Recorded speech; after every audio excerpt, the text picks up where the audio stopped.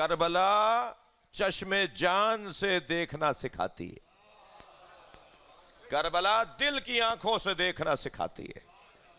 وہ اپنے پورے وجود کو جب تک ہم آنکھ نہیں بنائیں گے ہمیں حقائق نظر نہیں آئیں گے، جب تک پورے وجود کو ہم اپنے لیے آنکھ نہیں بنائیں گے ہمارے سامنے حقیقتیں روشن نہیں ہوں گی۔ میری یہ پرانی مثال ہے، مجھے معاف کریں گے، میں ایک رستے سے گزر رہا تھا، سامنے سانپ بیٹھا نظر آیا، میرے بڑھتے ہوئے قدم رک گئے، سوچنے لگا آگے بڑھوں گا یہ موذی ہے حملہ کرے گا۔ ابھی کھڑا میں سوچ رہا تھا کہ مجھے کیا کرنا چاہیے، دور سے لوگوں نے دیکھ کر مجھ پہ تبصرے شروع کر دیے، مولانا کو دیکھو بڑی شجاعت کی باتیں کرتے ہیں، سانپ سے ڈر رہے ہیں۔ اب میں سوچنے لگا ان کے چڑھانے میں آؤں یا عقل مندی کا ثبوت دوں۔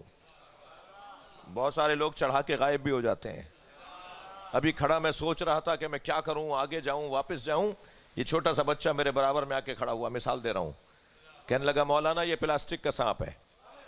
جیسے ہی مجھے معلوم ہوا پلاسٹک کا سانپ ہے تو میں نے اسی پر پیر رکھا اور اسے کچلتا ہوا چلا گیا۔ معلوم یہ ہوا جب حقائق روشن ہو جاتے ہیں تو اقدامات بھی تبدیل ہو جاتے ہیں۔ بھائی جملہ محسوس کیجئے گا، ساری دنیا جس یزید سے ڈر رہی تھی حسین اس کی حقیقت کو جانتے تھے۔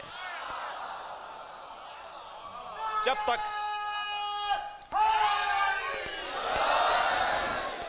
تک بصیرت نہیں بڑھائی جائے گی مسلمان ایسے ہی ایک دوسرے کو پریشان کرتا رہے گا، ایسے ہی ایک دوسرے کے خلاف کام کرتا رہے گا، ایک دوسرے کو کمزور کرتا رہے گا۔ جی میں صرف اشارتاً عرض کروں گا، 3 دن پہلے جو ہمیں کراچی میں گالیاں دی گئی ہیں، جی یہاں کا تو کوئی غیر پڑھا لکھا ذاکر اگر الٹا سیدھا شعر پڑھ دے تو پولیس کی مدعیت کے اندر FIR کر جاتی ہے۔ اب کہاں گئے ہمارے ادارے؟ جی ہمارے خلاف کتنی ہمیں گالیاں دی گئی 3 دن پہلے اسی کراچی شہر کے اندر، نام لے کر ہمیں کتا خنزیر کیا کچھ نہیں کہا گیا، مگر کوئی ٹس سے مس نہیں ہے۔ تو میں تو ایک سوال چھوڑ کر جا رہا ہوں، ایک صلوات پڑھ لیں ذرا محمد و آل محمد۔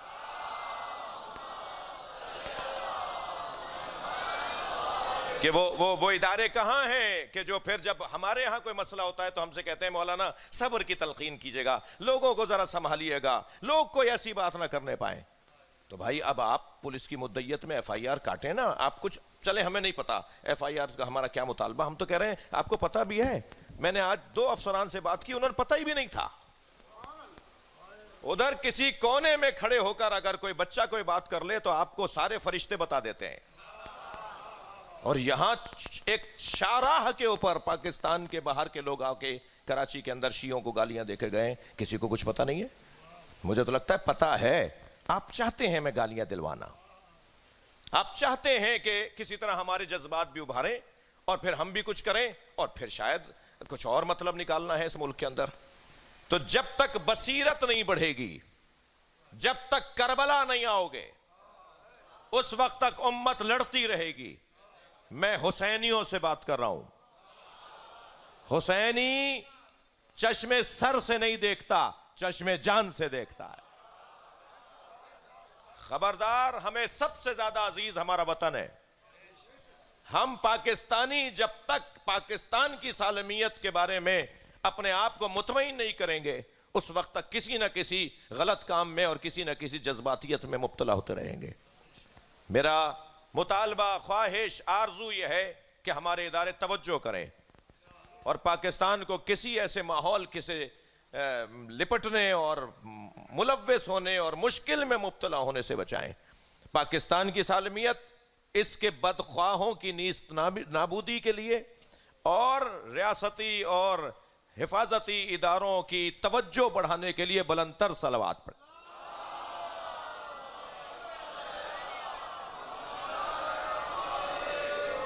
اس سے بلند صلوات پڑھیں گے۔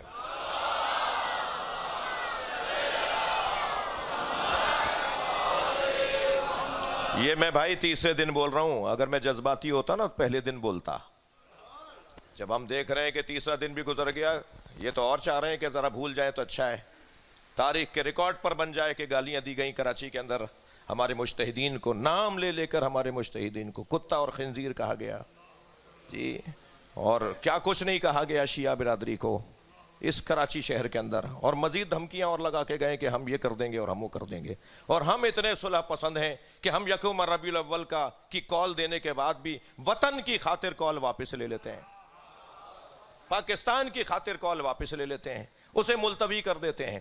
تو میں امید کرتا ہوں کہ توجہ بڑھے گی۔ ایک صلوات ہدیہ کریں۔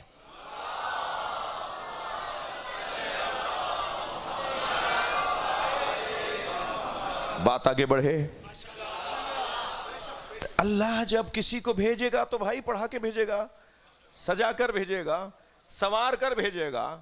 اور حضرت موسیٰ کو جب اللہ بھیج رہا ہے تو بے آیاتنا، اللہ کہہ رہا ہے ہم نے موسیٰ کو بھیجا ہے اپنی نشانیوں کے ساتھ، اپنی آیتوں کے ساتھ۔ تو حضرت موسیٰ تو وہاں سے پڑھ کر آئیں، نشانیاں لے کر آئیں، اور ہمارے نبی پھر کیسے پڑھ کر آئیں گے؟ ہمارے نبی وہاں سے ایسے پڑھ کر آئیں گے کہ لعاب دہن بھی علی کو دے دیں گے تو علی سلونی کا دعویٰ کریں گے۔ اس کمال کا علم لے کر آئیں گے۔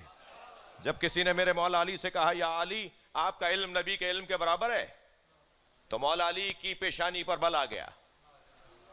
یعنی جو علی حق رکھتے تھے نا کہ انہیں نبی جیسا کہا جائے، انفسنا و انفسکم، جو نفس مصطفیٰ ہو، تھکے نہیں بیٹھے تو جملہ کہوں، جو بستر پہ سوئے تو نفس رسول، جو بستر پہ سوئے تو نفس رسول، اٹھے تو نفس اللہ۔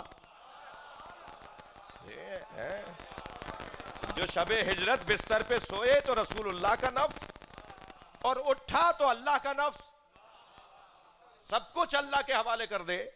اس کا حق نہیں تھا کہ اس کے لیے کہا جائے کہ ہاں آپ بھی محمدی الوجود ہیں، آپ بھی مصطفی الوجود ہیں، آپ بھی نبی جیسے، نبی نہیں ہیں نبی جیسے ہیں۔ مگر مولا علی کو اچھا نہیں لگا جب کسی نے کہا نا کہ آپ نبی جیسے ہیں، آپ کا علم نبی جیسا ہے، تو مولا کی پیشانی پہ بل آ گیا، فرمایا ھذا لعاب النبی، میرا علم تو لعاب مصطفیٰ ہے۔